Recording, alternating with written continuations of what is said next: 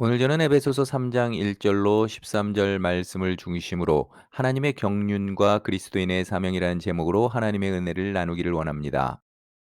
이러므로 그리스도 예수의 일로 너희 이방인을 위하여 갇힌 자 된 나 바울이 말하거니와 너희를 위하여 내게 주신 하나님의 그 은혜의 경륜을 너희가 들었을 터이라.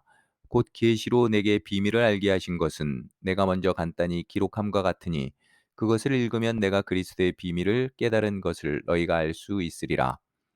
이제 그의 거룩한 사도들과 선지자들에게 성령으로 나타내신 것 같이 다른 세대에서는 사람의 아들들에게 알리지 아니하셨으니 이는 이방인들이 복음으로 말미암아 그리스도 예수 안에서 함께 상속자가 되고 함께 지체가 되고 함께 약속에 참여하는 자가 됨이라. 이 복음을 위하여 그의 능력이 역사하시는 대로 내게 주신 하나님의 은혜의 선물을 따라 내가 일꾼이 되었노라. 모든 성도 중에 지극히 작은 자보다 더 작은 나에게 이 은혜를 주신 것은 측량할 수 없는 그리스도의 풍성함을 이방인에게 전하게 하시고 영원부터 만물을 창조하신 하나님 속에 감추어졌던 비밀의 경륜이 어떠한 것을 드러내게 하려 하심이라. 이는 이제 교회로 말미암아 하늘에 있는 통치자들과 권세들에게 하나님의 각종 지혜를 알게 하려 하심이니 곧 영원부터 우리 주 그리스도 예수 안에서 예정하신 뜻대로 하신 것이라. 우리가 그 안에서 그를 믿음으로 말미암아 담대함과 확신을 가지고 하나님께 나아감을 얻느니라. 그러므로 너에게 구하노니 너희를 위한 나의 여러 환난에 대하여 낙심하지 말라. 이는 너희의 영광이니라. 오늘 본문 말씀은 하나님의 경륜의 비밀과 이를 깨달은 바울의 사명과 사명자의 자세에 대해 말씀하고 있습니다. 첫째로 하나님의 경륜에 관해 살펴보겠습니다. 경륜의 사전적 의미는 일정한 포부를 가지고 이를 조직적으로 계획함 또는 그 계획이나 포부입니다. 원어인 그리스어로는 오이코노미아, 관리, 경영이라는 뜻입니다. NIV 성경에서는 어드미니스트레이션으로 관리라는 뜻으로 번역되었습니다.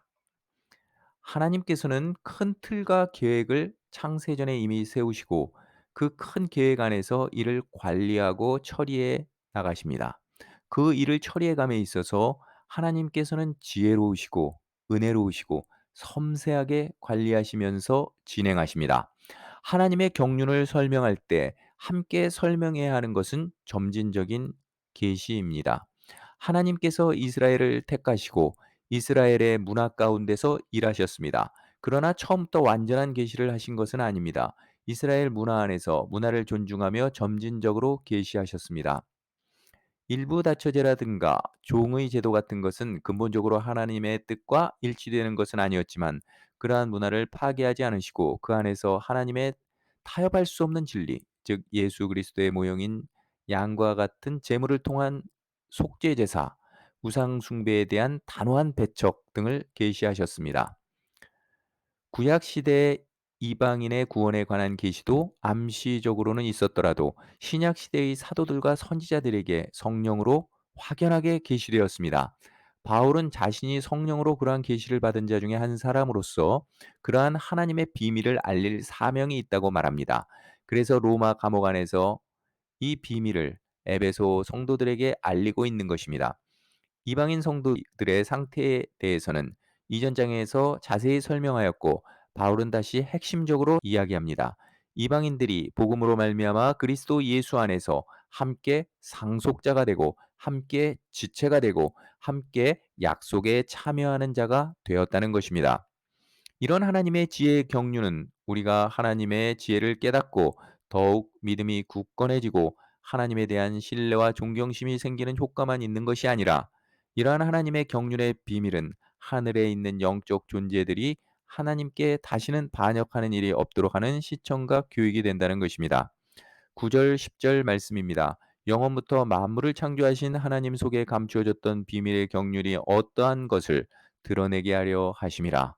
이는 이제 교회로 말미암아 하늘에 있는 통치자들과 권세들에게 하나님의 각종 지혜를 알게 하려 하심이니 이방인까지 포용하는 교회를 통해 드러내시는 하나님의 지혜 경륜의 비밀을 보고 하늘에 있는 천사들과 통치자들이 시청과 교육을 받으며 연신 감탄하는 모습을 상상할 수 있습니다.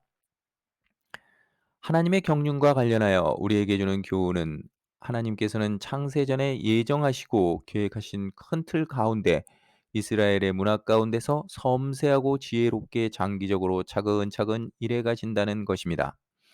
한 사람 한 사람 대하실 때도 하나님의 방식은 같습니다. 창세전에 큰 틀을 가지고 예정하시고 계획하신 일을 각 사람의 문화와 성격과 상태에 따라 맞춤형으로 지혜롭고 섬세하게 하나님의 때에 맞추어 차근차근 진행해 나가신다는 것입니다. 우리가 아무리 성질이 급해도 우리의 성질에 맞추지 않습니다. 하나님의 때가 있습니다. 그러므로 하나님의 지혜와 경륜을 우리는 믿고 신뢰하며 하나님께 우리의 삶을 맡겨야 합니다. 사도 바울은 자신의 삶을 온전히 맡겼습니다. 둘째로 성도의 사명에 관해 살펴보겠습니다. 하나님의 경륜의 비밀을 깨달은 바울의 그 다음 반응은 자신의 사명에 관한 것이었습니다. 자신이 이방인의 사도로서의 사명을 깨닫고 실천에 옮겼습니다. 그 사명을 감당하기 위해 그에게 로마 감옥은 최적의 곳이라고 생각했습니다. 1절 말씀에 이러므로 그리스도 예수의 일로 너희 이방인을 위하여 갇힌 자 된 나 바울이라고 말씀합니다. 사명 감당은 자신의 힘으로 할 수 없습니다. 하나님의 능력이 역사하시는 만큼 할 수 있습니다. 각자에게 주신 은혜의 선물만큼 할 수 있습니다. 6절 말씀입니다. 이 복음을 위하여 그의 능력이 역사하시는 대로 내게 주신 하나님의 은혜의 선물을 따라 내가 일꾼이 되었노라. 예수님을 믿는 성도들은 겸손해야 합니다. 내가 무언가 하려는 노력보다는 하나님께서 역사하실 수 있도록 말씀과 기도 생활해야 합니다. 자신에게 주신 은혜의 선물과 달란트를 잘 활용하여야 합니다. 사명을 감당할 때 자신이 무엇이 된 것처럼 하면 안 됩니다. 바울처럼 그저 일꾼이라는 자세로 사명을 감당해야 합니다. 이러한 겸손한 자세는 바울이 자신을 지극히 작은 자 중에 더 작은 자라는 고백에서 우리는 알 수 있습니다.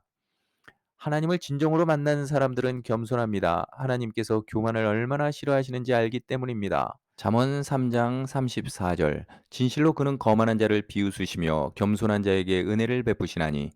잠언 18장 12절 사람의 마음의 교만은 멸망의 선봉이요 겸손은 존귀의 길잡이니라. 베드로전서 5장 5절 하나님은 교만한 자를 대적하시되 겸손한 자들에게는 은혜를 주시느니라.